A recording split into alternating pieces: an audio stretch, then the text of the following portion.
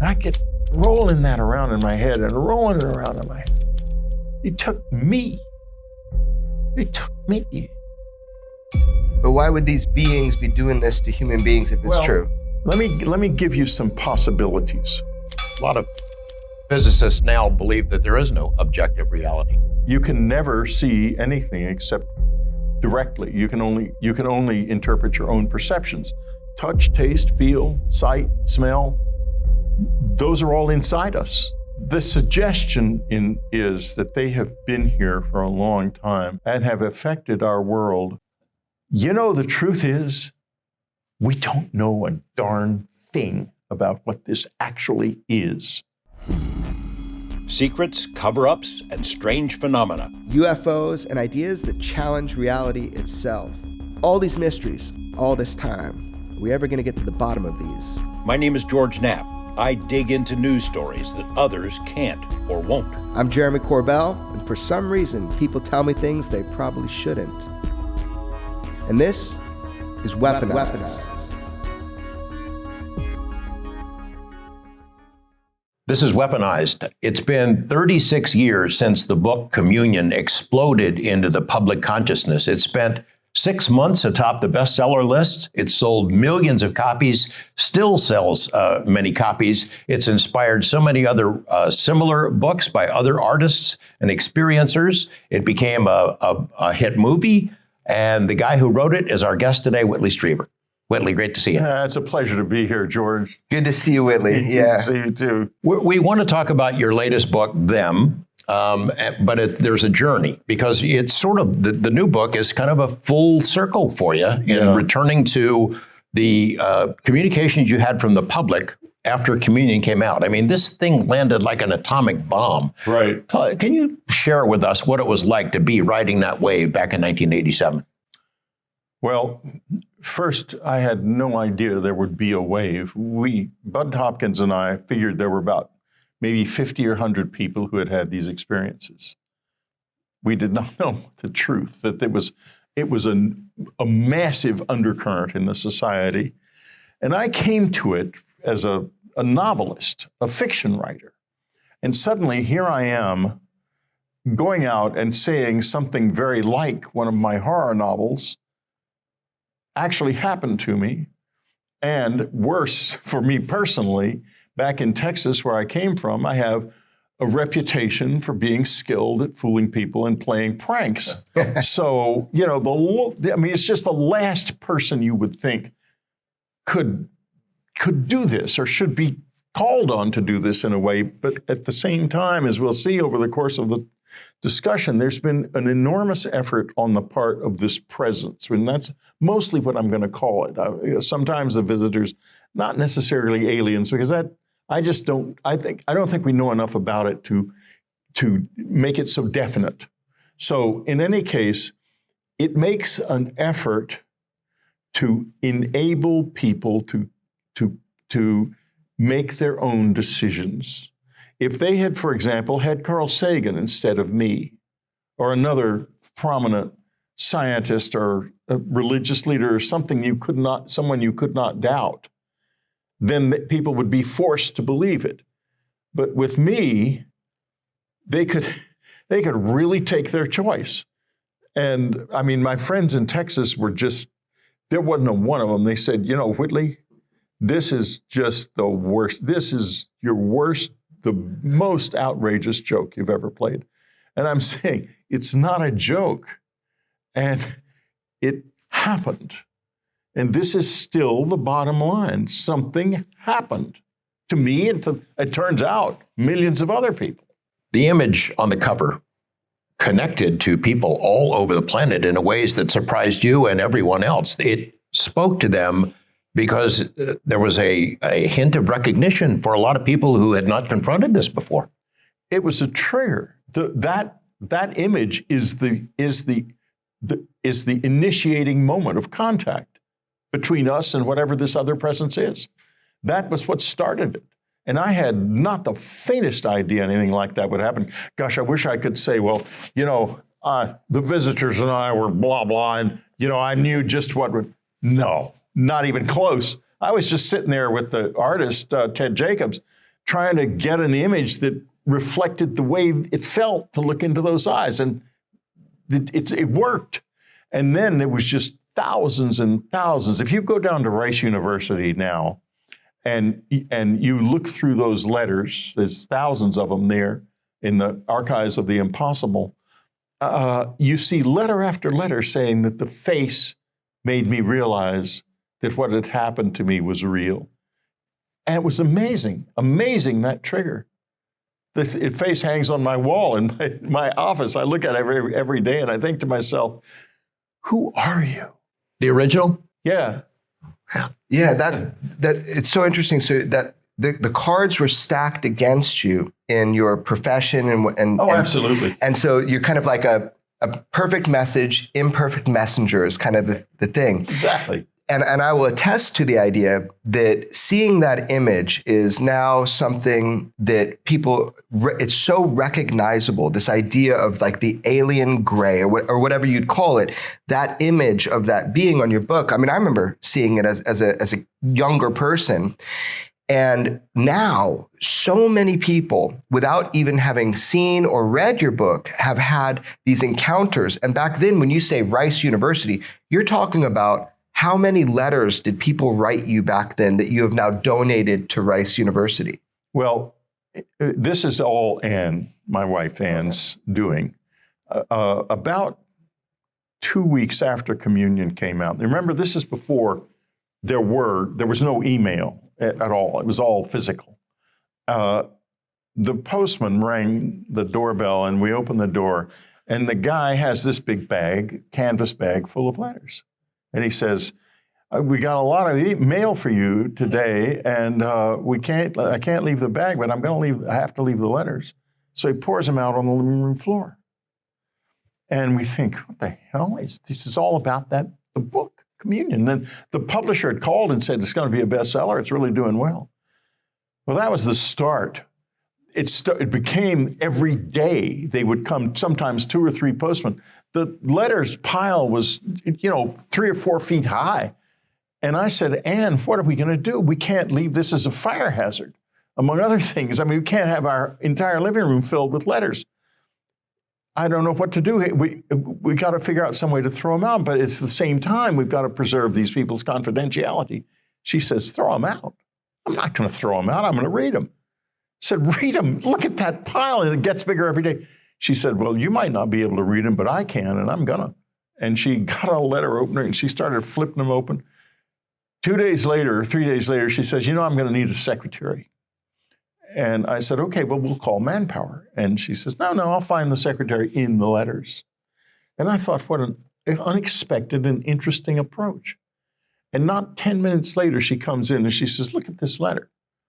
And I look at the letter, and it's this letter from this lady. It says she's a singer and an actress and stuff. And I said, well, it says here she's a singer and she's an actress. She said, Anne says, but she lives down the street. And that's not, you ever heard of her? I said, no. She said, well, she's a wannabe singer and actress then, isn't she? So therefore, that's not how she makes her living. Look at that handwriting. That's a professional's hand. I'm calling her because I think she's a secretary. She was a secretary. She remained Anne's secretary for the next 15 years at Laurie Burns. And together, they created this catalog. Anne cataloged it. She read every letter. She put the letters with a complex narrative in one stack, the letters just that were saying, this was wonderful, thank you for writing, or you're an idiot, or all those in another stack.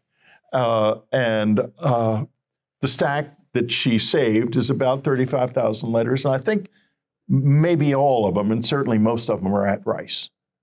Wow. These events that happened to you that are detailed in Communion, it started this at the cabin that you had in upstate New York. You did not know at the time that those things were unfolding that you had probably had a lifetime of experiences. I mean, maybe it was communicating with Bud Hopkins about what it means and how to fit it into a category that you developed understanding of. Can you explain Who's Bud Hopkins for people that don't know about this? A lot of people are watching this kind of thing. But who's Bud Hopkins? That's an Bud important. Hopkins was a very talented artist. This topic was sort of thrust upon him. Yeah, he wrote a book. Yeah, he had an experience. It was called Missing Time. He wrote a book called Missing Time that established a lot of what we now understand about the experience with visitors. Whitley's experiences expanded it exponentially. But yeah, in fact, he got pissed off at me because he felt like my book had overshadowed his and it shouldn't have been published at the same time. And he thought I had engineered that. In fact, I hadn't. I had no control over it whatsoever. And unfortunately, something was going on with the publisher. They were getting pushback from somewhere, and they decided to put the book out just to send books to the bookstores without any build-up or explanation. And so all these books arrived all over the country unexpectedly in the bookstores.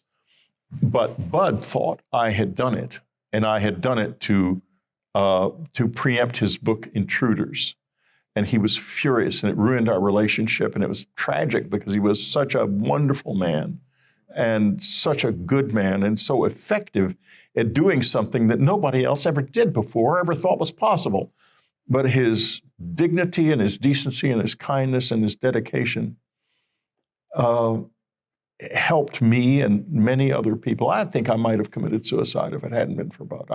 I think he saved my life. You're having these experiences, and then you interact with him, and he sort of gives you some framework for understanding it? Yeah. Well, when I first met him, I thought he was a complete idiot. Because, I mean, I was not in this space at all.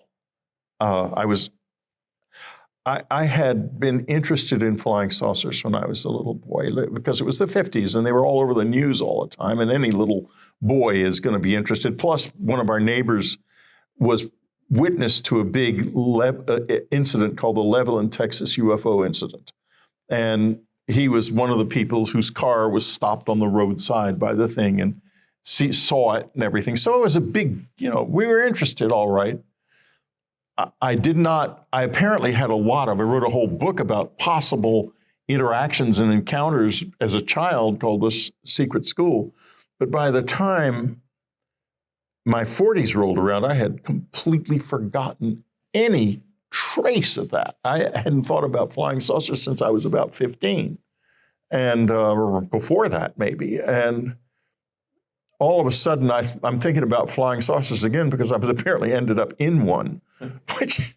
But at first, no. I mean, that idea didn't actually cross my mind until I described my memories to my doctor. And he said, Whitley, it sounds like you're telling me you were taken aboard a flying saucer by little men. And I thought, oh my God, I'm going crazy. And this big thing, I mean, I felt like it was so real that if it happened again, what if it happens again? I'm not getting out of that. That's an absolutely impenetrable psychosis is what I feared. And what I didn't know was I was experiencing a lot of traumatic stress. And I tried to get Ann to divorce me. We fought. I tried to push her away. I didn't want to tell her that I thought I had gone insane. It was just a disastrous time. But my whole life imploded in the months after December of 1985, in January and into February. And then I happened to read a book called Science and the UFOs that had been given to me by my brother for Christmas by Jenny Randles. And, my brother was into that sort of thing, and I always thought it was absolutely ridiculous. And, we don't try, but we do try to give each other good presents. We always give each other horrible presents. He's fascinated by gorillas. I once gave him a gorilla suit, not knowing it was made of cat hair. And all the cat hair got sucked up into his car air conditioner while he tried to go over to a friend's house wearing it. But that's the sort of thing we do. So I had this book, Science and the UFOs. Richard, I open it, I see this, another bad gift. But I read it because the doctor had said UFOs. And in the back of the book, Bud is mentioned. So I called him, went to see him. And finally ended up with a realization that there was no other explanation that fit. All the medical explanations, everything had not panned out. The only explanation that had panned out was I was hardly sit down because I'd been raped, and the doctor had diagnosed that. And I had this hole in the side of my head that was beginning to heal by then, but it had been a very nasty little wound. And I thought to myself, physical injuries, memory is real. I'm going to go see this guy. And then I said to a dear friend of mine, Timothy Greenfield Saunders, who takes all the pictures, a wonderful, brilliant photographer, and he takes all my pictures, thank God. Anyway, Timothy, I said, told the whole story to Timothy, and I said, I don't know how to tell Ann. And he says, well, just tell her. She'll roll with it. Ann knows you. She's used to you. She'll roll with it. So I sit down with her, and she's starting to tear up because she thinks, as she said later, I thought we were going to say we need to separate. And instead, I tell her this story about being taken aboard a flying saucer by little men.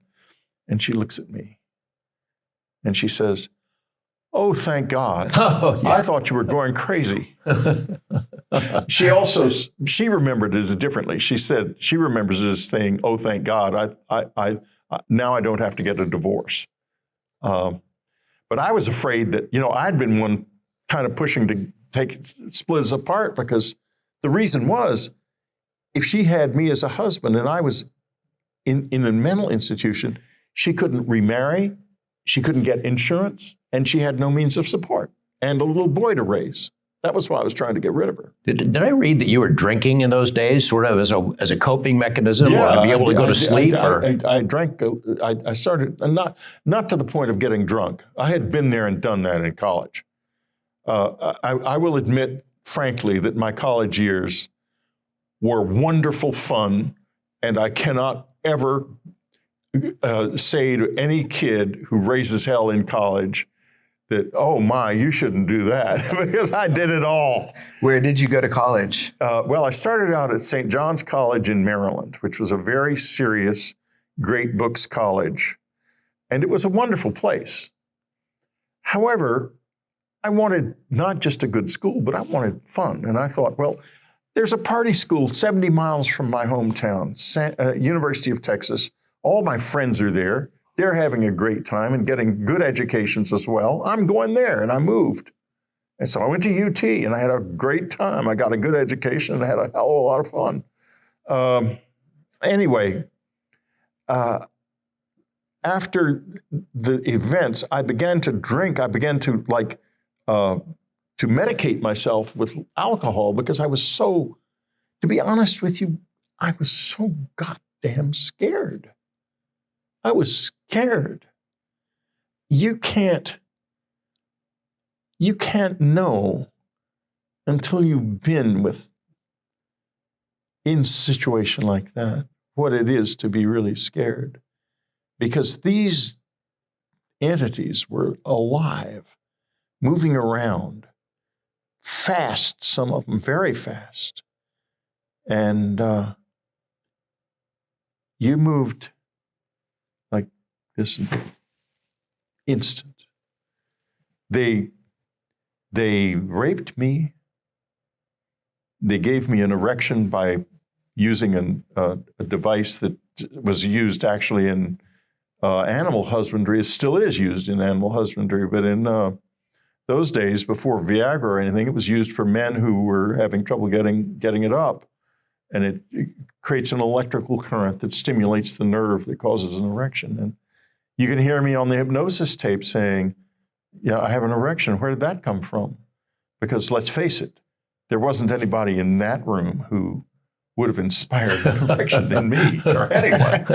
So I'm sorry, that's a great one right there, man. It's the truth. I mean, it was not an erection-oriented situation in any way at all. And there it was. And then they took semen out of me. They took my semen. And I get rolling that around in my head and rolling it around in my head.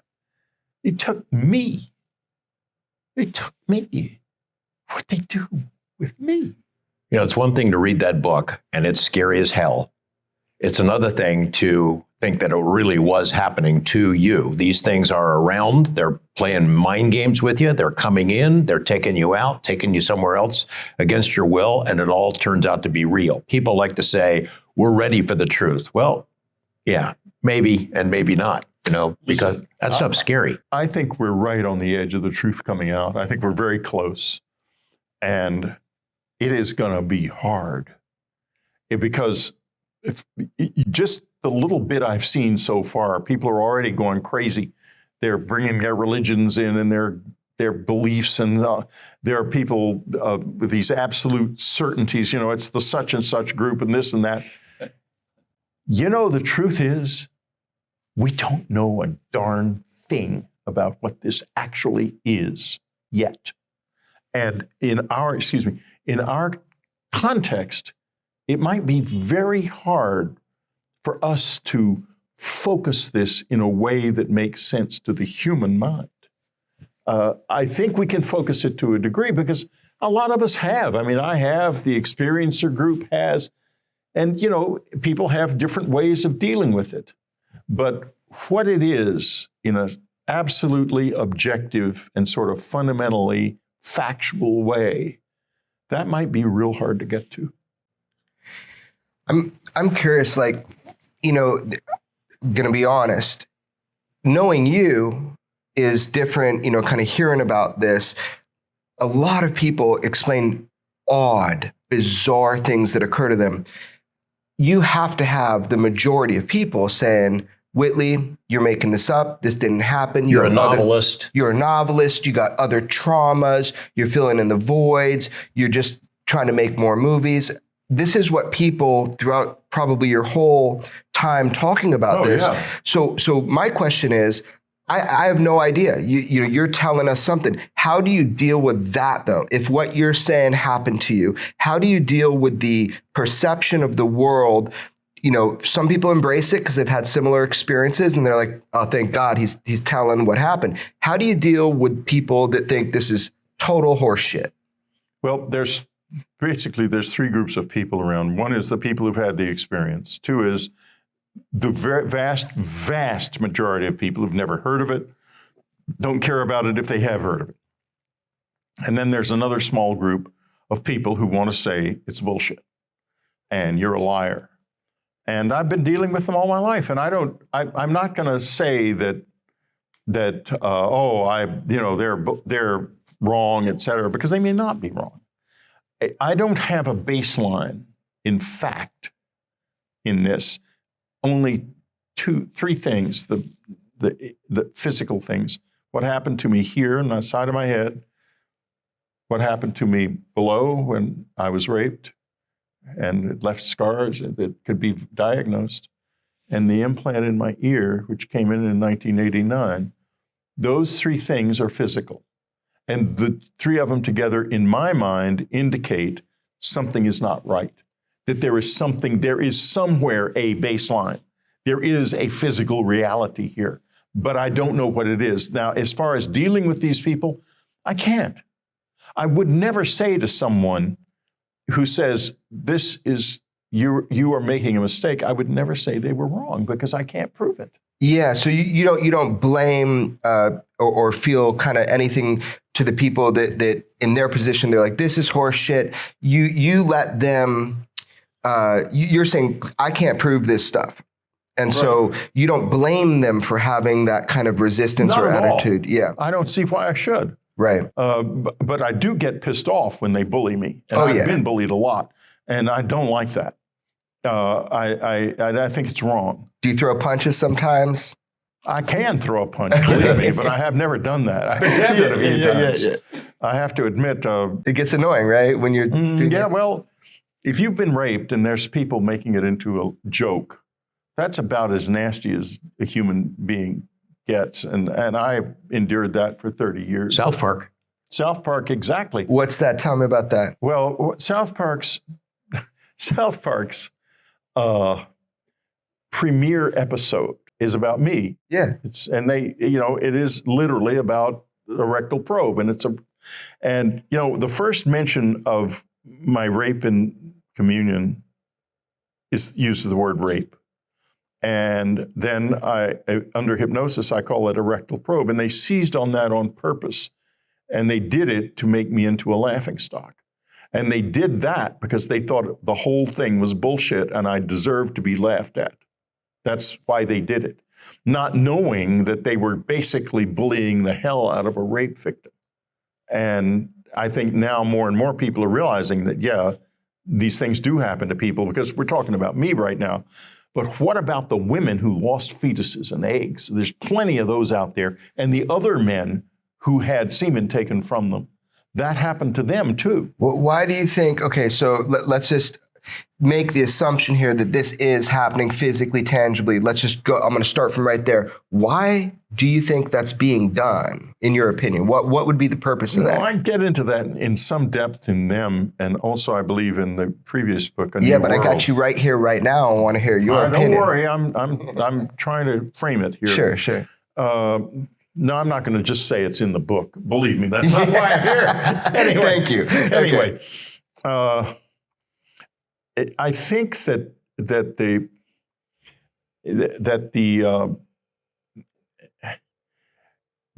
have to, you have to let people go where they want to go. Where they need to go. But why would these beings be doing this to human beings if it's true? They're doing it to us. Let me give you some possibilities. One, they are making a sort of seed bank of mankind. That would follow from the fact that they've warned every abductee they've gotten a hold of practically that the planet is in peril. And if you live in New York or Toronto right now, you would definitely agree with that. As we speak, the smoke from the hundreds of Canadian fires is just terrible. So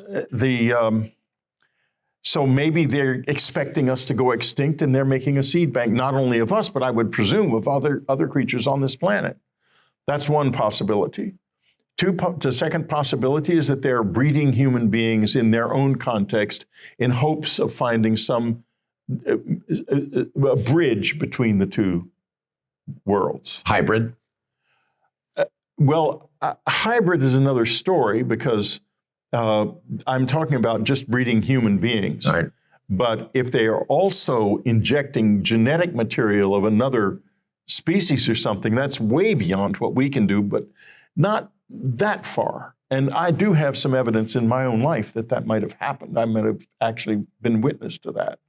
So that could be part of it too. But, if we turn it around and we look at our world, it's the kind of thing we do to animals all the time, routinely. And so maybe they looked at our world and that said to themselves, well, they do it to animals, so they're an animal, so we'll do it to them. Maybe they won't care. What's the difference? Just because I don't really know. And I've heard there's contactees, abductees, and experiencers. What's the difference between those three, so people know? Well, I don't think there's too much difference between experiencers and abductees. A lot of experiencers are abductees. I would consider myself to be both. And an experiencer is someone who has ongoing experiences with the visitors, which I do. And an abductee is someone who basically started out generally with being abducted, which I did, and quite a few people in the experiencers group, I think, had the same experience, that as well. A contactee is not necessarily someone who has had a physical encounter, and a lot of them tend to be people in the spiritual community, and they have a much more positive attitude toward the whole thing than those of us who've been dragged out into the night and raped. That movement started back in the early 50s with George Adamski and all those other fellows going out and basically making money off of what I assume were pretty much tall stories. I think that my wife used to say that these are people who had something happen. Maybe they saw a UFO, maybe they had a brief close encounter or something, or maybe a bigger close encounter, and they can't connect the dots. They can't figure it out. And so they connect the dots themselves, and they basically build a fantasy. I think that's the source of a lot of folklore. And in this field, there is a lot of folklore. By folklore, I mean not necessarily things people are simply making up. Not all folklore is completely fictional. A lot of folklore comes when people have a perception that they can't understand, and they fit it into the context of whatever their culture has at the time. Like Jacques Vallée's book, Passport to Magonia, takes that back 1,000 years or more. And you can look at, as time passes, each generation, it is looking at this experience, which is essentially the same experience, in the context of its own belief systems and understanding of the world. Today's space aliens were elves and pixies and fairies 1,000 years ago. Yeah, or not 1,000, 200 years ago. I don't know that there's anybody in the world has the level of understanding with these beings, whoever they are, as you, because there are other people who've had a lifetime of experiences, but not many who've thought about it, dove into it, and analyzed it as much as you. The stories told in Communion, the context of that the public got out of it is these are space aliens here abducting us. They come from other planets and interact. In that book, you were careful to call them visitors. You didn't call them aliens or ETs. And in them, your latest book, you sort of come full circle, go back to the letters that were written about Communion to try to understand who they are, why they're here. Give us your current understanding of who they are and where they're from. Are they visitors, or are we the newcomers? Well, it could be part of both. The suggestion is that they have been here for a long time and have affected our world at times. They've kind of touched it. And an example would be Ezekiel's wheel, where he has an experience that he describes in the time in which he makes his descriptions. You couldn't make a thing like that up, because what he was seeing was completely unknown to his culture. He could not have known anything like that ever. Because it was technological in nature in the description? Exactly. He's talking about a technological device that we can now understand. So we have to assume that something was being injected into the Middle Eastern cultures at the time by somebody, and Ezekiel had a direct encounter with it, which he recorded in his own culture's way. Like UFOs are described as shields on fire in the sky by the Romans. So that's a way to describe something that is not within your context, is what you're saying? Well, there's a wonderful description of an out of context situation in Jacques' book, in Passport to Magonia. I believe in 14th century Japan, there was a UFO wave going on, a UFO flap, as they now call them. And people were seeing these things. And the emperor became very irritated. And in those days, irritated emperor heads are liable to roll at any moment. And he demanded of his astronomers to tell him what the hell these things were. And they came up with the most beautifully poetic answer. It is the first piece of debunking known to man. They explained it as the wind making the stars sway. Wow. And they kept their heads. But they're part of us and part of our world. And this is something, unfortunately, I think that the whole way the culture has been, our vision of this has been distorted by secrecy and by assumptions being made in the media that it's aliens from another planet. If this does flow out into common knowledge in some way, if there's some kind of higher level official admission of the presence of craft and bodies, for example, which I think could be on the way. then the public will conclude that these are aliens from another planet. And we're going to get into crazy hour very quickly. I think it's unfortunate, but I think it's exactly what will happen.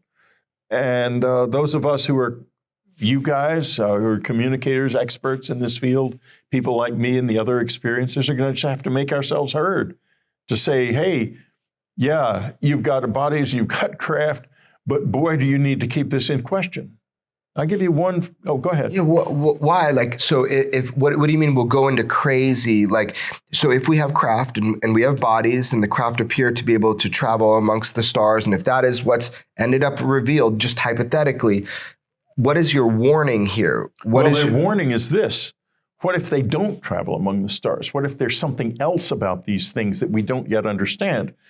I'll give you an example of what I mean. One of the things that has been out there is that some of the materials that were gathered, that have been found, I believe, if I'm not correct, it might be Jacques Vallée and Gary Nolan who did this. Yeah, the isotopic ratio. The isotopic ratios, yeah. Okay, now, the materials don't, I mean, I've had these things in my hands, and they're not the ones they had, but some others. They're not in any way, you wouldn't know there was any unusual isotopic ratios. And in fact, the metal could be theoretically fabricated and used because the different isotopic ratios don't change its properties. Those isotopic ratios can't form naturally anywhere in this universe, not just on Earth, but anywhere. So they were made, they were fabricated. In a universe which has a different set of isotopes. Or you could construct very easily, if you have the technology, different isotopic ratios. Not easily, no. Not easily for us. It takes a tremendous amount of energy to do it unless there's some other way that we don't know about. We don't have no one is doing this in a lab to fool people. Let me put it that way. But why do it? Unless there is some process that requires that we don't yet understand. But there has recently been an article, a paper, and I can't cite it from memory, about a mirror universe that might exist really essentially right here. And I've had some experiences with something that might suggest that as well, as I detailed in A New World, where I was seeing into what appeared to be another universe on the Lakota Sioux Reservation in South Dakota I believe, in the summer of 2018. And it was quite an incredible experience. And if there is a mirror universe and they can cross over, they might be bringing devices that are manufactured in their universe that has different isotopes. You wrote in Communion, when you wrote it, the multiverse, scientists might have thought about it, parallel realities, people had thought about it, but the public, it wasn't widely known. After your book came out, those concepts are more widely known among even those of us who are not scientists. The idea that there are parallel realities, alternate universes, is not that far-fetched anymore.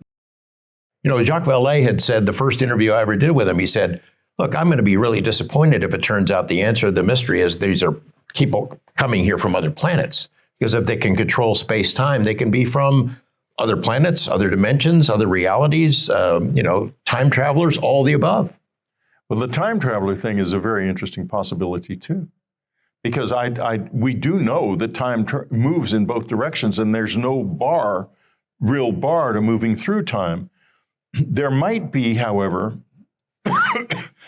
the grandfather paradox might mean that you have very little ability to alter your own past unless you appear in your own past in some form that never existed at all. And if that's the case, then these little beings with the big heads are a disguise of people from the future who are trying to change our past, their own past, trying to alter their past for some reason that we don't know. And they are using this to give themselves more latitude, of more of an ability to act in our reality in the past, in their own past. Do we know what they really look like? I mean, you've encountered them up close and personal. Some of them looking different from the other ones. Yeah. We also know about it. They appear to us as owls in our head or other kinds of creatures. Oh, they're very good at that. One thing that I found that the brain will, one of the things that we do when we're born is we start to put the world together in our brains. The brain always does it pretty much the same way. And at first, the baby is he doesn't have any way to put anything together. But that changes rather quickly because this brain is in an environment and it begins to try to make sense of that environment. And sooner or later, the world's generates meaning for the baby, and by the time he's 4 or 5, he or she can see a tree and identify all this whole world, and that grows and grows over the lifespan. But if something enters that after the baby is already established its reality, something penetrates into that reality that the mind can't find anywhere in its memory, then that gets very dicey as to what it's going to see. When something is coming into your eyes, when you're looking at something or any perception, most of your brain activity involves the catalog. It is looking for memories to make sense of what it's seeing. This is constant and instantaneous. It's going on in all of our brains right now. But if something came into this that shouldn't be here, we might see it in very different ways. We might not see it at all. A lot of physicists now believe that there is no objective reality. What we see as reality is the result of evolution, that our senses have developed over eons so that we can navigate through this reality. But that reality itself is based on the observer. Well, you can never see anything except directly. You can only interpret your own perceptions. Touch, taste, feel, sight, smell, those are all inside us. So the people who argue that the universe is essentially a mental thing have to be partly right, at least partly right, because we can never experience anything directly. It's all indirect through the perception, through the body, through the senses. You interpret what your senses tell you is there. You don't see it directly. And that would be why the visitors are very skilled, I think, at handling, at manipulating that. And they can, one of the editors at William Morrow and Company encountered 2 of them in a bookstore in Manhattan. And they were dressed in overcoats and hats, but they had those great big black eyes and scared the hell out of them. They were reading the book, flipping through the book and laughing, of course. That's a story you tell in Them, I do tell that new story. book. So, you went back to the beginning. You looked at the letters that have been written about communion. Right. You went to Rice, looked through these, and tried to sort of look at the whole story through the eyes of people who'd read your book and had experiences.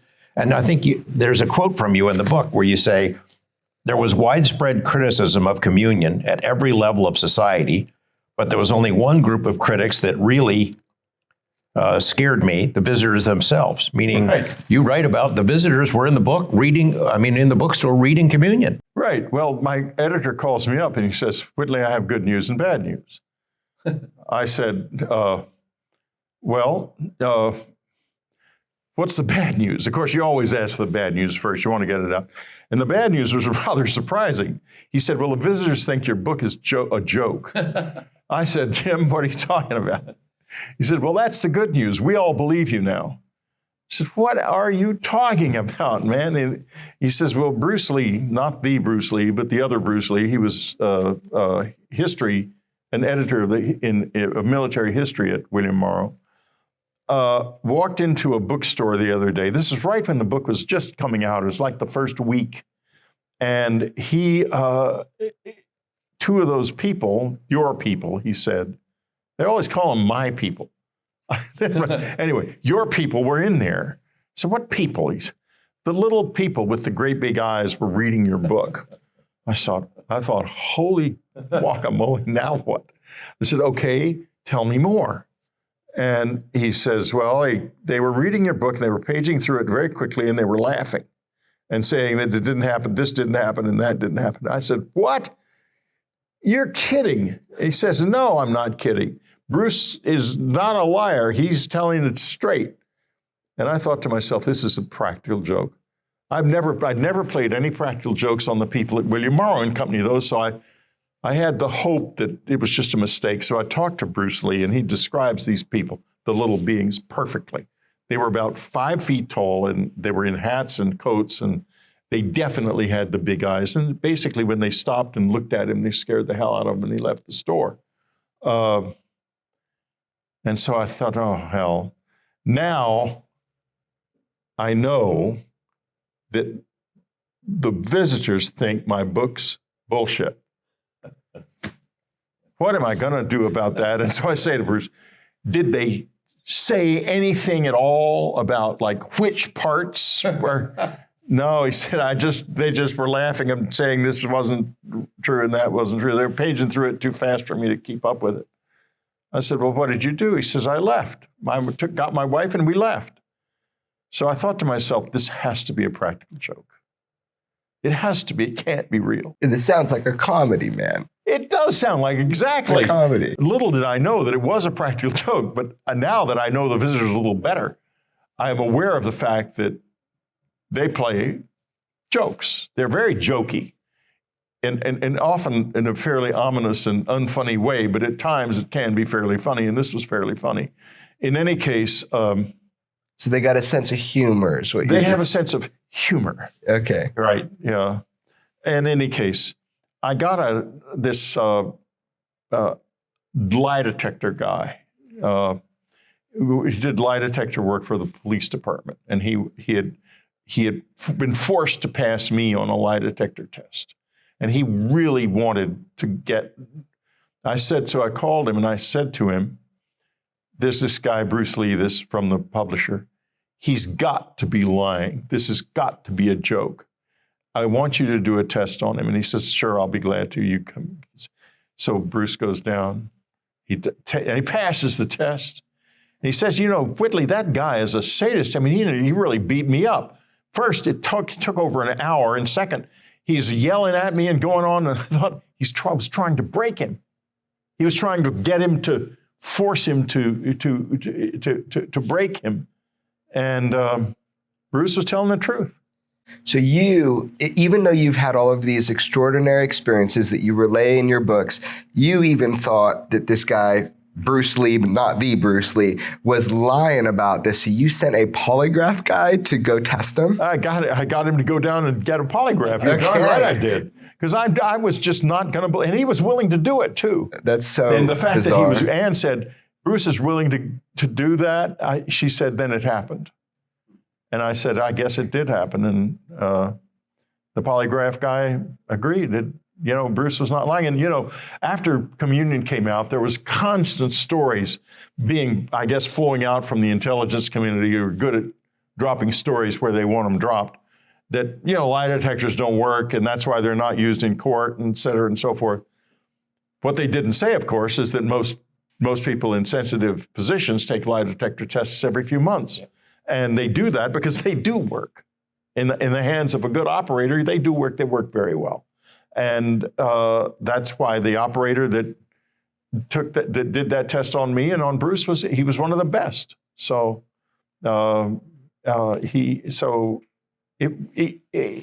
Bruce told the truth. The damnedest thing. I mean, but here's the thing.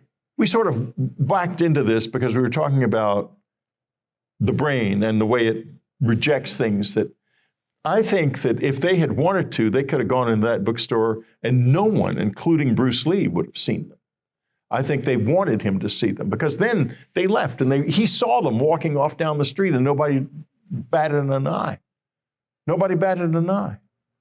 You write in them, your latest book, there's a line in there, they mean us no harm. I don't know if that's you writing that or that's one of the witnesses or letters. One of the witnesses. That's the witness. You're talking to a guy that got roughed up a good bit. I'm not so sure I would say that myself. You write that they are not angels, they're not demons. So I wonder, what are they? Are they beings? Are they biological robots? Are they, we don't really get to see the real them? I ask in this context, a lot of the people who call themselves experiencers now they're taking polls that say, overall, it's a pretty positive experience. It really changed my life for the better. Whereas from the communion days, the experiences were not viewed in a positive light. No. Well, my experience, my relationship with them evolved over the years a lot. After Van and I realized that this was real, that somebody was there and they weren't human, I thought to myself, I'm going to try to expand my contact. This was pretty much while I was writing Communion and right after. Anyway, how would I do that? Well, I decided what I would do is I would wait until late at night and walk back to the place where I thought it had happened. And I would just do that night after night as an indication of my willingness to re-engage. So I said to Anne, why don't we do this? We'll go down to the place, where the circle, where it happened, late at night, and just sit there and just think about wanting to reconnect and see if it works. She said, but there's one little thing that's wrong with what you said. It's the word we. You are the one who this happened to. You go down there at night. And the first night I got to the edge of the yard and I literally could not make my legs work. I could not walk farther. I had to go back. It was hard, but I did it. And I finally, after about six months or so, there began to be responses, little weird things that happened, like the UFO. I was communicating with them in my head. I thought I was anyway. And I was saying, Anne's she's in the middle of this and she's not even seen a UFO. And this will get back to the sense of humor, by the way. And show her one of your things, because I know you can do that. So a few nights later, we're sitting out in the hot tub. It's winter. And, we're in the hot tub in the winter. And everyone in a hot tub in the winter outside is strategizing about why I should stay in the hot tub and not get out into the cold, even though I've been in here for 4 hours. So we're there. And all of a sudden we hear this over the house, and I think, Jesus, it's them. And we look up, I said, Annie, I think it's them. Listen to that noise. And then there moves over the hot tub what looked like a gigantic flying pile of logs decorated with Christmas lights going, and we're looking up at this thing, and she says, you went up in that? I said, I don't know what that is, Anne. She says, well, it better not fall on us. And then it goes off and down a little draw, and you can hear it going off up another draw into the woods. So that was Anne's UFO, a pile of logs with Christmas lights on it. What do you think of that? What do you make of the absurdity that seems to be on purpose? It's on purpose for sure. Yeah, there's so many cases like there's a Nobel Prize-winning scientist who saw a green raccoon. That was, what was his name? Kerry Mullins. Kerry Mullis. Mullis. Oh, he was a good guy. I knew Kerry Mullis. And we talked about his experience, very much so. And I said, why do you think it was like that? And he was a very brilliant man. And he didn't say it was their sense of humor. He said, it was what I could see. Oh, interesting. A very, very good answer. Yeah. You hear that and you think, I understand now why he won a Nobel Prize. It was in chemistry, but nevertheless, that was a very good mind. The absurdity that comes along with them. I'm thinking of Kelly Hopkinsville, that famous case where it was like aliens in a shooting gallery. They'd shoot them and they'd pop back up. Yeah. We just did a story a couple of days ago about an incident in Las Vegas. I don't know if it's real or not, but they said these 10-foot tall aliens got behind the controls of a front loader machine and was trying to operate it. That makes no sense. I mean, you know, it seems like these kind of details are thrown into the cases to make them absurd on purpose and hard to believe. I don't think that I think it has two purposes. I think it is, one, it keeps the question open, and to the witnesses who are there, it tells them that this is something real because it's not something you would just dream up. In other words, it's confirming and also keeps the question open. It does both. They're very, very interested in keeping the question open. That's why things are like they are. That's why it was me, a horror novelist with a bad reputation as a prankster, who ended up doing this instead of Carl Sagan.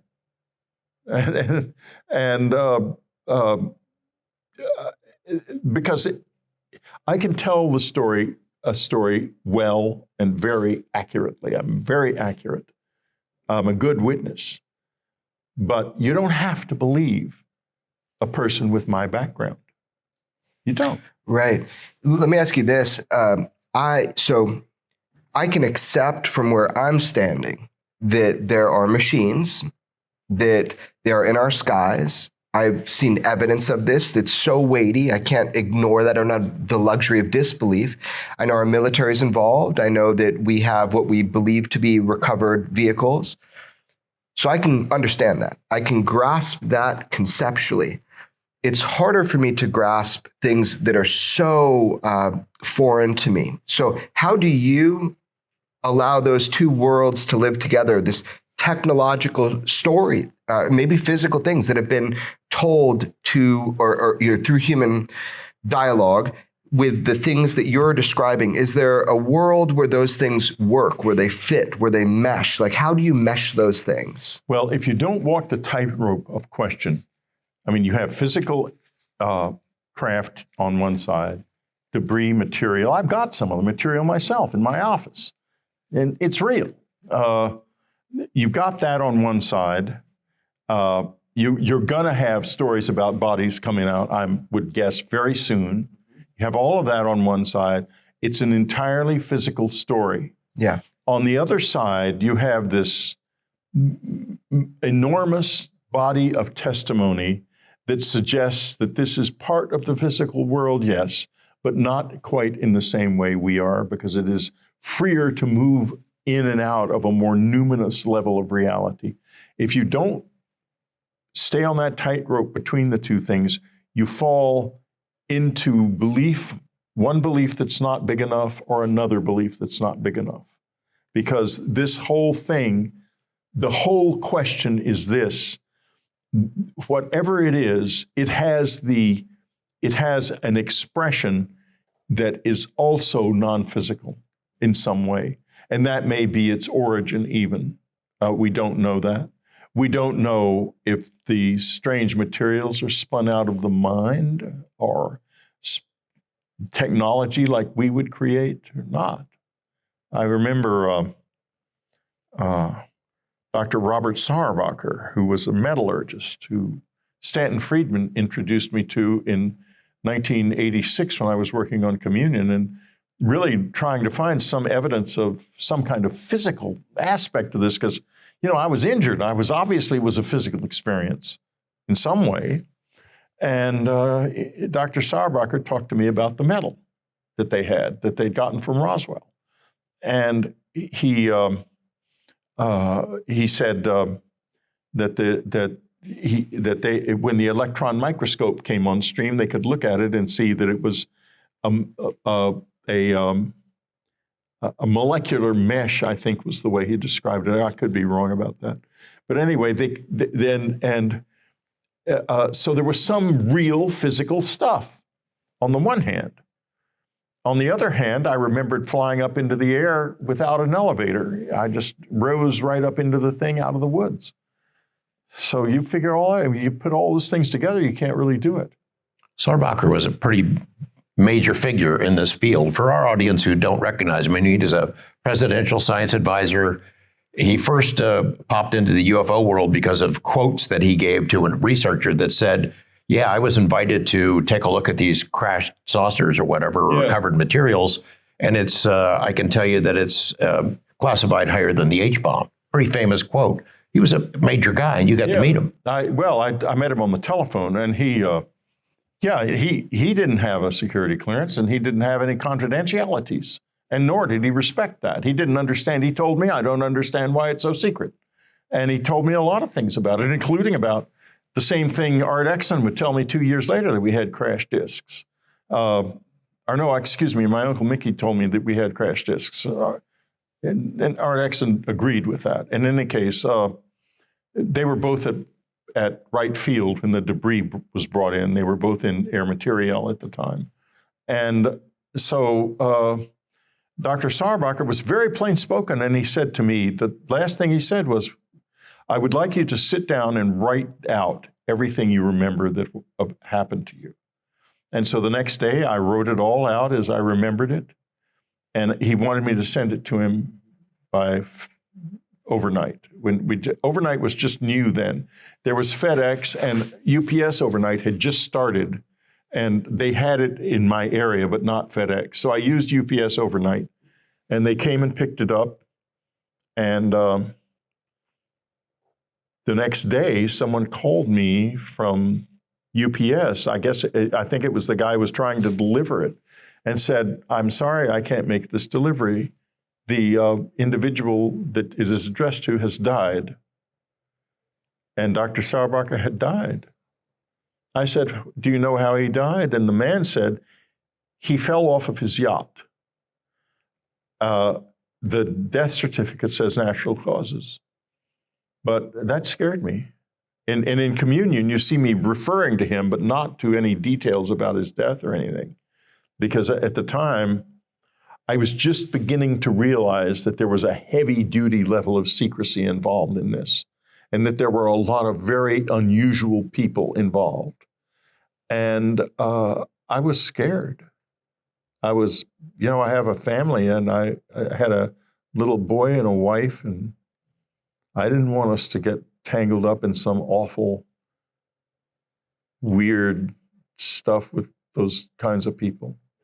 The next question, we might learn really soon about a technological reality associated with the UFO phenomenon. That feels imminent, and that feels like something that can be provable, digested, and accepted, and is likely true. But the next question people are going to ask is, if that is true, and there is some other that is somehow engaging humanity, are all of these other stories, or are some of these other stories true? What's the intent? Are some of these abduction stories true? Is that why there's been some sort of cover-up, is because the reality is scarier than people can know right away? So that is a logical question if we learn that the core reality to the physical aspect of UFOs is true. Where does that lead us? What other questions, what harder questions are going to need to be asked? I think that the first question that needs to be asked after that question is answered, if we have got the answer, there is a physical presence here. If we have bodies, we have biology, we have technology, it's physical presence. Then why is it that so many people who engage with this presence experience it, for example, along with their own dead friends and relatives? What is it about the experience or about this presence that is partly physical, that also seems to bleed off into areas of reality that most of us don't even believe exist? Like life after death? Like life after death, et cetera. Like Annie came out of her office one day and she says to me, Whitley, this has something to do with what we call death. And the reason she said that was that letter after letter, not every letter, but a lot of letters, enough for her to notice it as a trend, refers to experiences where the dead friends and relatives would appear right before, during, or with the visitors. And that happened at our cabin. Not to me, but to other people who came. She was very good at, she was really very strange, just a nice girl from Michigan. I mean, there was nothing when I met Anne that would say that she was anything else. But except, I guess, once we were together, strange things began to happen that we regarded as quite funny. But in any case, she had an ability to feel who would see the visitors when they came. And, you know, Laurie Barnes, her secretary, had experiences at the cabin. A woman that wrote us letters, Raven Dana, who's still very much with us, had experiences at the cabin. Other people did too, who haven't come forward yet, a number of other people. But Raven and Laurie, no, I guess not Raven. Laurie was one of the ones. She walked into the cabin one evening after taking a walk, and she said, I just saw my brother on the road. And we didn't know anything about her brother, and so I thought, what's he doing up here? And then she said, he disappeared 20 years ago, and the FBI declared him dead, and he was standing there. I tried to get him to come down, but he just said that he was there to let her know he was all right. And he drifted off into the woods and disappeared before my eyes. And Anne said to me very quietly a little later, the visitors will be here tonight. And they were. And most of the time when they came, either in the context of their arrival or sometime before, there would be someone having a fairly extraordinary experience with the dead. Now, getting back to this question, which has sort of become the theme of our discussion in a way, you have to walk the line, because we're going to have physical, we've got, the physical debris is now real. There'll be attempts to debunk it, I'm sure. I'm sure that there are people in the DOD working overtime to discredit David Grush, and I think there's already a story in the Atlantic Monthly about it, and all this bullshit will go on and on and on. But the bottom line is we do have debris and probably intact saucers, devices. Now, how do we go from there to encounters between the living and the dead? We're going to have to do that. But, you know, we're capable of this, because what you said before, that we're going to crack the nut of the materials very quickly, the bodies, the materials. We're going to understand this. And once the question of how they all work is actually out into the public space and freed from the very airless world of the inside, where there's just not enough good minds. I mean, there's a lot of good minds in there, but they're nothing compared to what's on the outside. There's a lot of brilliance out there in the world, and I would say that we will figure out how these things work. But let me just finish. Sure. But all of that, yes. But then what do we do with this other thing? The dead. They're not even supposed to exist. We live in a secular world now. We don't believe there's anything other than the body. I don't agree with that. I have definitely aware of the soul, but most people aren't. How do we go there? How do we go down that road? How do we make sense of that?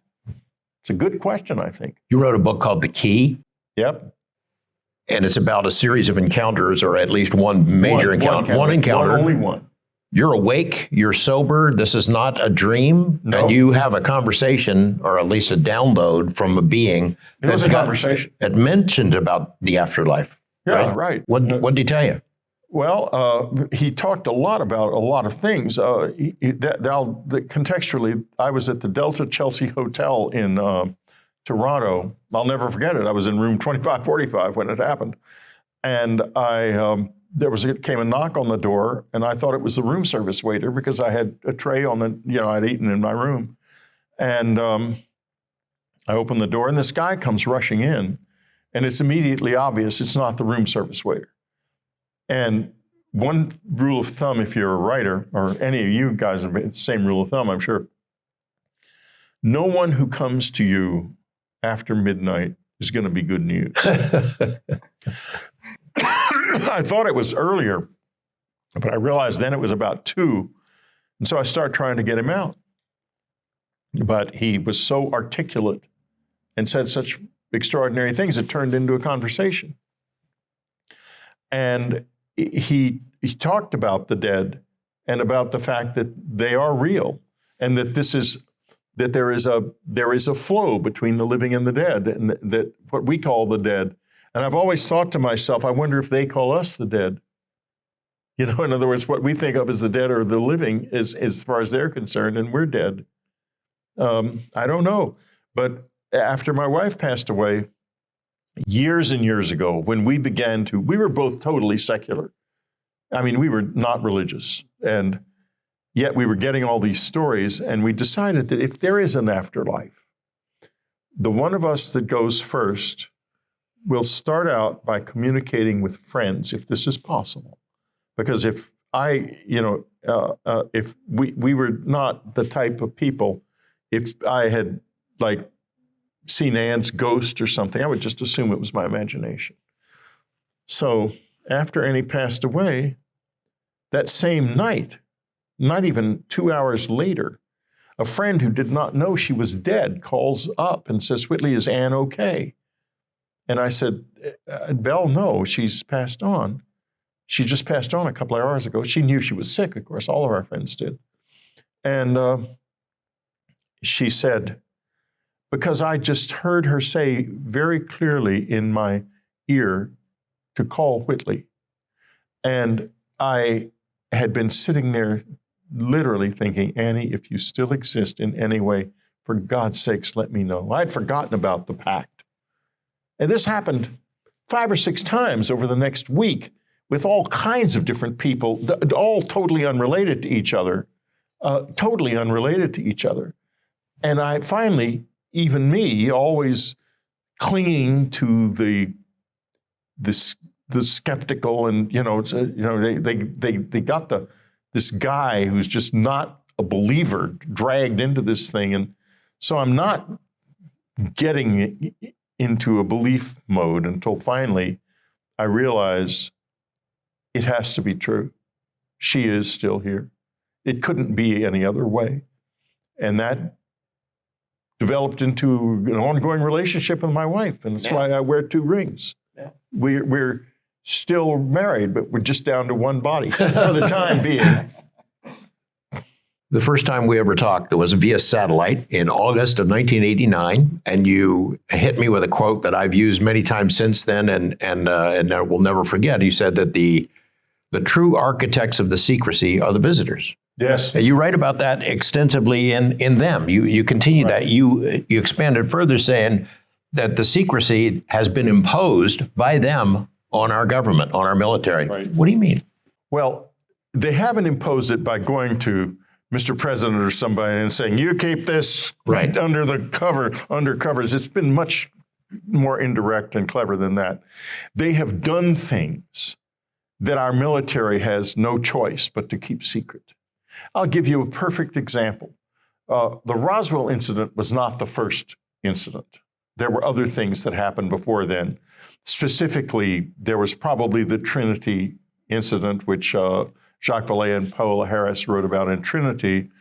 But then there were also a number of shoot downs of missiles that we were testing at White Sands, German rockets that we were testing at White Sands. And I go into some detail about those shoot downs. And at the time, what would come out in the press was fairly straightforward.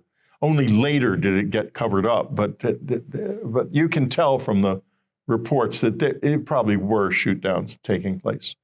And of course, the military would have been completely bananas about it internally.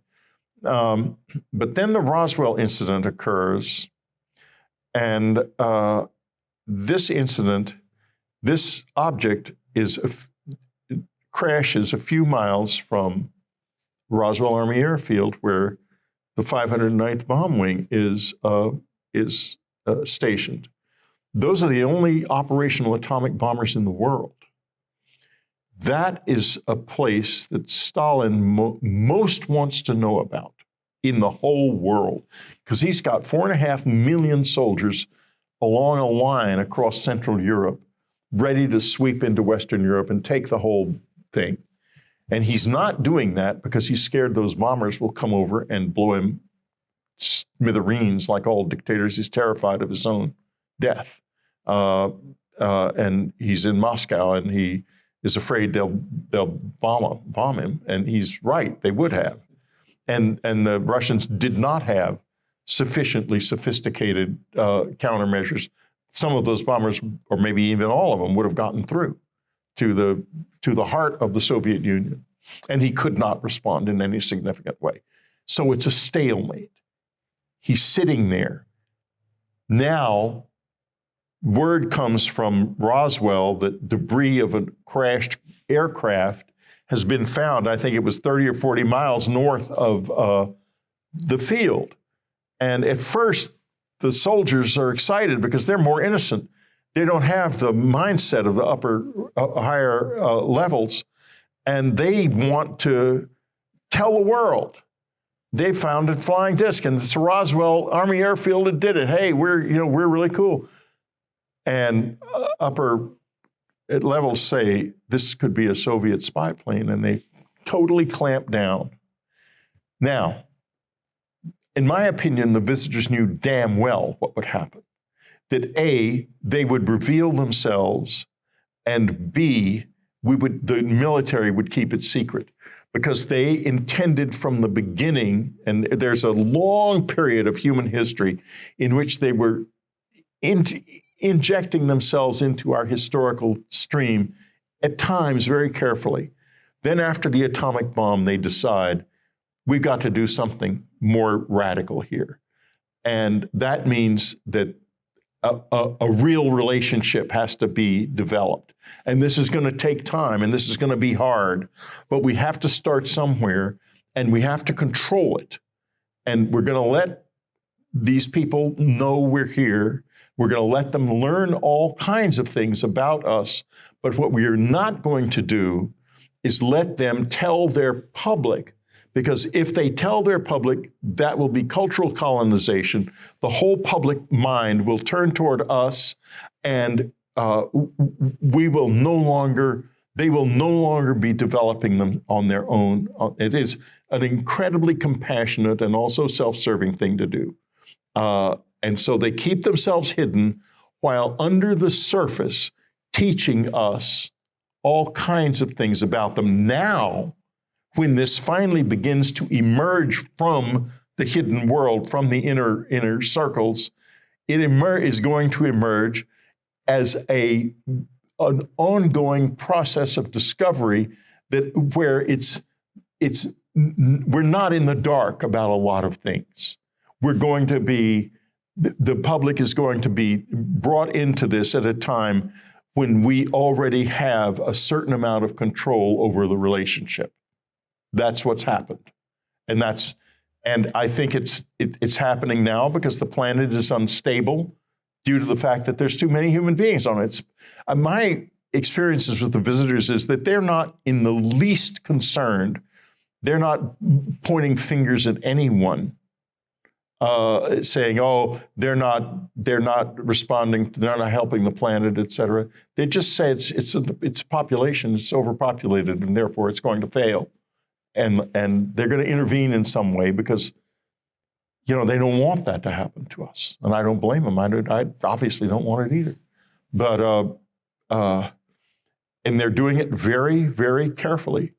They've got a contingency plan that they have enacted. That's what the abductions were about.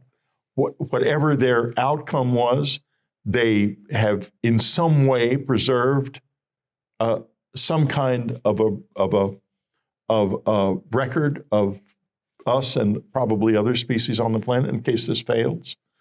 But they are going to now try to integrate with us in a way that we don't integrate with anything.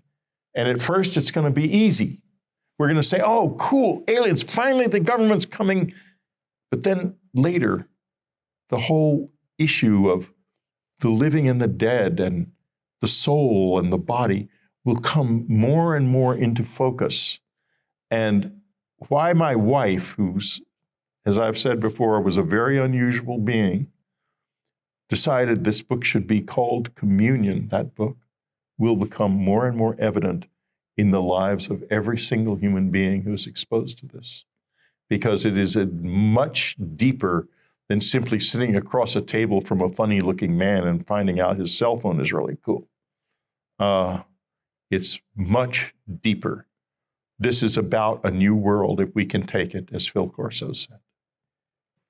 Communion wasn't just about your experiences. People forget it went into great detail about secret government programs and cover-ups and things of that sort. Them picks up on it, and it's up to date to the point where current events, that AIMSOG program that became Arrow, current studies, ATIP, all that, it becomes very clear. You mentioned our friend Dave Grush. The pushback's already happening. The debunking is coming. You know, the Wall Street Journal, the New York Times, they do these not only debunking, but pre-bunking, and you know that he's going to get dumped on. The keepers of the secrets do not want this out. No. For a variety of reasons. Control, power, because we're worried we'll let our adversaries know how far along we are. But you think that there's no stopping it? I don't think there's any stopping it. I think the visitors are in control of it. And they're going to do what they're going to do. If it stops, it's because they wanted to stop it. If it doesn't, and they're not a cohesive group, I don't think. I think there's a lot of give and take among them, and argument and fights, frankly. And so right now, whoever it is who wants this more known is in the ascendancy. And maybe that won't last. I don't know. I think there have been times in the past when they have been, and it hasn't lasted. Is there more than one them? Oh, yeah. I know of two that I've interacted with fairly extensively. And to read the literature, the descriptions from other people, there are many. And but why wouldn't there be? I mean, if it was only one other intelligent species in this universe, that would be almost as amazing. That would be amazing because, I mean, it's so huge. Yeah. I mean, if you think that there are billions of human beings and we feel very common to ourselves, but we are far, compared to the number of stars there are in this universe, we are almost so rare that we're a statistical improbability. We're just that rare. I just think of there are billions of humans, but there are tens of billions of other earthlings, other species, other animals and things. But in the context of other planets, you're not talking just about a few. You're talking about many, many, many, many, many. I think that I've often thought that we are somehow or another sequestered here, that the reason we haven't seen anybody and don't pick up any signals is not because they aren't there, because they're not allowed to get through to us. That we're in a state of development of some kind.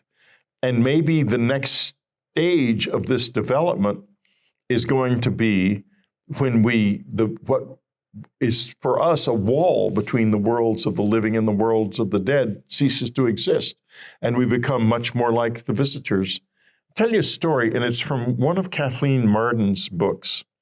Kathleen has done abduction research for many years, and she's a prominent member of MUFON, or was anyway. She may have retired from that by now. In any case, he tells a story of a man who had a little private airport, and he saw a UFO land on one of his runways. So he starts putting out lights and things and trying to attract them, and they do come back. But one night, he hears a noise down in his hangar. It's a small operation, and he lives in an apartment that's connected to the hangar. And he looks down in there, and he sees these little figures walking around in there, and scares the hell out of him. I mean, why would it scare him? I mean, he's invited it, right? You would think, but he in any case, he gets himself a shotgun. And he wakes up the next night, and there's one of them standing in his room, and he shoots it, and it blows it all to hell into this yellow goo that promptly disappears. I believe that's the story. In any case, he then is haunted by this thing that's now a ghost. And it's hostile, and it's furious at him, and it's haunting him. And he goes mad and dies. Now, am I telling you a story about something that lives comfortably in two levels of reality at the same time? One of which we are familiar with and one of which we are not. And he accidentally basically blew out its body, leaving only its non-physical portion. And maybe in their world you have to pay a lot of money to have a body, like we do a car or something. And it was pissed off at him.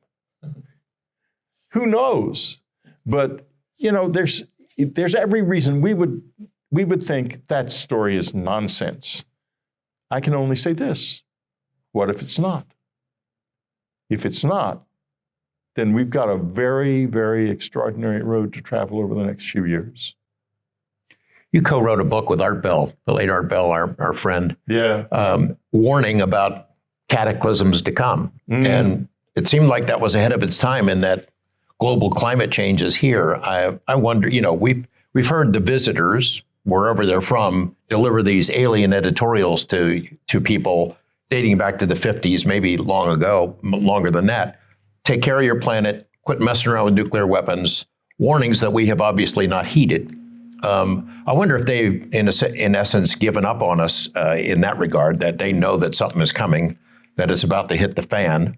Would they ever intervene in a direct way to help us, or have they intervened just by trying to tell us to amend our ways? Is that as far as they go? Well, I have really been back and forth with them about this, and I wish I could say that I've asked them about this, I should say. I've asked them, why don't you just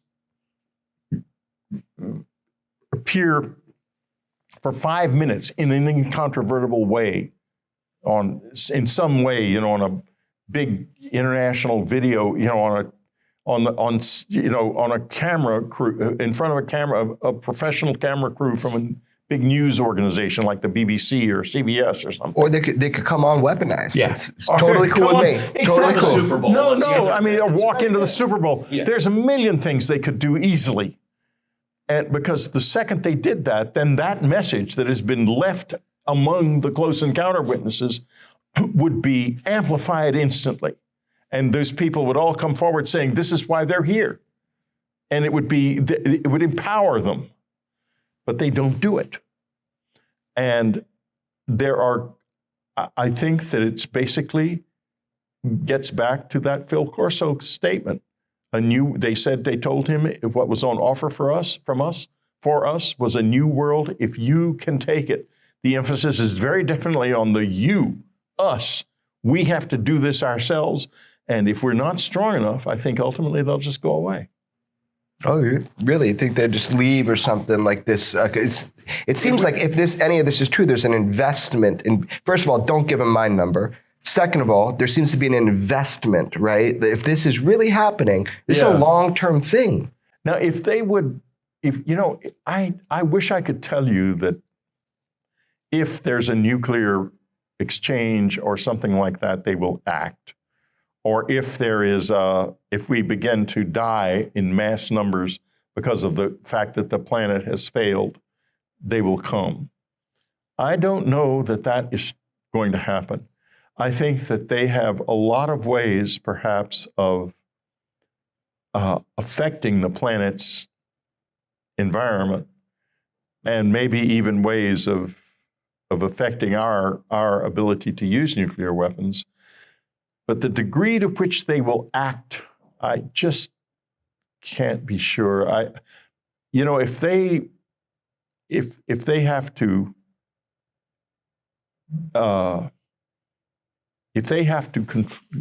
control us, what are we worth to them? I don't know the answer to that question. Maybe not enough to justify the effort it would be, because ultimately it would be an effort in the physical world. They would have to do something physical to force us to to come to heal. And if we were going to get into a nuclear conflict, or they might. I think if they were going to force us to do something to save this planet, they would have done that already. Do they consider this to be home? They've interacted with humans as long as we've been here. They've been around a long time. Yeah. Maybe they live here in some other dimension or something, but did they have any sense that they've conveyed to you that they consider this to be their home too? I can't say yes or no. I don't recall anything except this. They came up out of the ground at our cabin a lot. And, why we knew that is because they would smell like the forest floor, which is very pungent. And they would smell like something that had just come out of the ground. And not always, but some of them certainly did. And, there's this thing going on in Peru, weird business, where they are finding these mummies that are so far not adding up. They're not hoaxes, and they're not people. And it's a story that is either going to go away or break. It's hard to know which is going to happen. But they've got over 100 of them now. And there are problems with it because they come from a man who is secretive about where they come from, and he's trying to sell them, and it makes it look like a hoax. And yet there's so many of them that, and there's been some fairly significant work done on them, MRI scans and things, that one of them shows, for example, in its eggs in its uterus. And, I don't think that any hoaxer is going to come up with that. And so what I'm saying here is this could be something to do with Earth. They could be an earthly species that we just have not, that has been very careful to avoid contact with us because they live underground. The Navajo, the Hopi, other Native American tribes all believe that their ancestors came out of the ground or underground into this world. The Hickarilla Apaches do too. The same thing, that they came out of the Archuleta Mesa, which is a place where there's a lot of UFO legends about that mesa, in fact. So it could be that they are from here. They even could be physically from here. I don't know if you don't own the cabin anymore or whether you keep up with what goes on there, but I wonder if the activity continues or that it happened because you were there. I know the answer to that question. It happened because I was there. And I do know the couple who owns the cabin now, and they're extremely sweet people, and the cabin is in good hands, I'm happy to say. And I went there for a documentary for the Travel Channel, and that was shown about a year ago, I believe, 6 months ago. And I went back to the cabin. I thought I would never go back to the cabin, and I finally did. It was a very moving experience, and I found that they had kept the stone circle, and they were very into my work, and they had a little room in the basement, the Whitley room, with all kinds of things in it. It was very cool, and they're an extremely nice couple, and I'm going back there. I'm going to be back there in August for a week, all by myself. And want some company? Well, I don't know. There's a lot of people who have had visitor experiences because they were near me. And I wanted to ask you about that. So if this is happening to certain people and not to others, it's not the most common story you hear every day, right? So if it is that it's somehow connected to certain people, I wanted to ask you that. Have other people had their first sighting of a UFO or something like that, or these other stranger experiences, in my mind, stranger, because they're with you? Has that happened a lot? It's happened a fair amount, yeah. It happened up at the Esalen Institute a number of times. That people, they figured out to put me in this. They have these conferences there, these private conferences, and I would be occasionally invited to one. I was at you were at that conference, right. Yeah. That was not one in which anyone was in the room with me, but at other times when there's a particular room that overlooks the Pacific, and it's a very easy coming and going. And once Jeff Kripal, the author and one of the leading guys at Esalen, was there in the room, and he had an experience with me in the room. And I think there might have been someone else. Because when the visitors come to me, and they were coming to me to wake me up at 3 o'clock in the morning every single night at that time. They're not doing that now. I get up anyway, but... so rude. Why are they waking you up? I can explain that very clearly. But if you want me to, the reason is that I wondered that myself when it started to happen after Annie passed away. And it happened briefly at the cabin and back in the late 90s, just before we lost it. But then after Annie passed away, it started to happen constantly. And, I thought, I really would like to get a nice night's sleep. But then I discovered something, that there is a tradition in a yoga practice in India called Brahma Muhurta time. And that is the time, an hour and a half approximately before sunrise, when the mind is most open to new things. And they were waking me up to get me to go into a meditative state, to take my mind off of my thoughts and put it onto the sensation of the body. And I found that an absolute wealth of stuff would come that way. I wrote Afterlife Revolution, A New World, Jesus, A New Vision, and Them, all using this time period as my source of inspiration. And so that's why the 3 a.m. call comes. So that in your mind, it's like they're helping you to get this information out? Yeah, I think so. It's not downloads exactly at all. I mean, I'm not like a psychic or a channeler in any way. But I get good ideas, and they come at that time. I think my life would be complete if Christopher Walken played me in a movie, as he played Whitley in the movie Communion. You had problems with that movie here and there, though. My main problem with the movie is they ran out of money, and their special effects are very primitive. I think that Chris's portrayal of me is rather annoying, but not entirely untrue. It was awesome. No, I'm a very jokey kind of guy. I mean, I'm not solemn at all. I try to be solemn. I've got all this spiritual stuff going on in my life, and I want to be, solemn.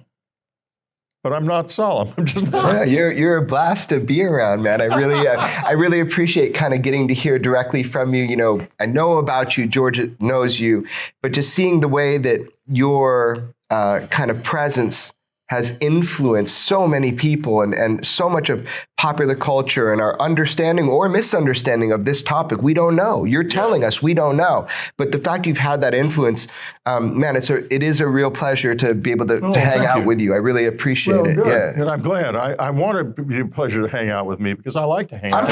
I'm pretty fun too. We're going to have a couple beers tonight. It'll be good. Them. So tell our audience one last time about what's in here that they would not have known, say, from your reading Communion or the other books. Okay. Well, the first half of the book is an analysis of 11 different experiences that are from other people. Some of them were from the Communion letters, and some of them were new. And but the difference between this book and everything that's gone before is I have a really, at this point, maybe the deepest understanding there is of this subject. And it is reflected in the analysis of those stories. And there's nothing like it in the world. Nothing has ever been done like that. And maybe the 3 a.m. part of it had a lot to do with that. The second half of the book is delving into the secret side of it, into why the military ended up shooting at the visitors. We didn't talk about this, but the other thing they did, besides showing up at places where it requiring absolute secrecy, the other thing that they did was that they provoked the military by continually going into restricted airspace and ignoring them to the point that they would start to put up combat air patrols. And I go into all of that. Then I go into the brain and how the brain functions and how how different brains function. For example, the human brain and the dolphin brain. We live on the same planet. We know everything there is to know about the anatomy of the dolphin. We don't know really a thing about what they're saying to each other in those marvelous communications that all the cetaceans make. We don't know anything about that at all. We can train them to do things for us in our context. We cannot understand anything about their mind. Now, you add to that evolution in a different planetary environment, perhaps with a brain that is fundamentally differently structured from every brain on this planet. And you're going to have a fantastic communications issue. And how to get around that and how to work with that is a big part also of the second part of the book. Yeah, it does sort of looks through the eyes of aliens, visitors, at us. Yeah, exactly. Because I can do that now. I've been doing this for a long time, and I actually am in contact with them. It's real. It's real. And it's efficient. And I'm not a fantasist. I don't have a beautiful alien mistress or anything like that. I'm doing this as accurately and as much in the context of Western thought as is possible. Well, we need to understand them, whether they display themselves in some mass way or not. We need to understand it. We need to heed what they've been telling us for a long time, too. Yeah, and we need to understand also that we can do this. They would not be here if we couldn't do this. I've known them long enough to know that they're the cheapest bastards in the world. They're not gonna spend a second on anyone that they can't get the result they are looking for from. No way. And they are here. So therefore, they do expect to succeed. You would not consider them your friends. I wouldn't consider them my friends. I'm not sentimental about them at all. I would consider them a very useful presence in my life, and I'm glad they're here. But I definitely, anytime I get a chance, I'm going to cut the cards myself. I hope people will check out them. And it's a great new book. Whitley, it's great to see you. Thanks for being it's here. good to be here. Thanks for sharing your time, man. See you.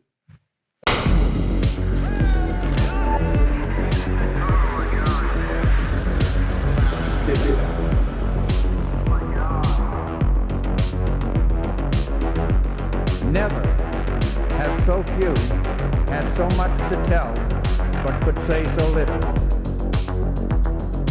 Follow and listen to Weaponized, a presentation of Jeremy Corbell, George Knapp, Dark Horse Entertainment, and Cadence 13 Studios. Available now for free on the Odyssey app or wherever you get your shows.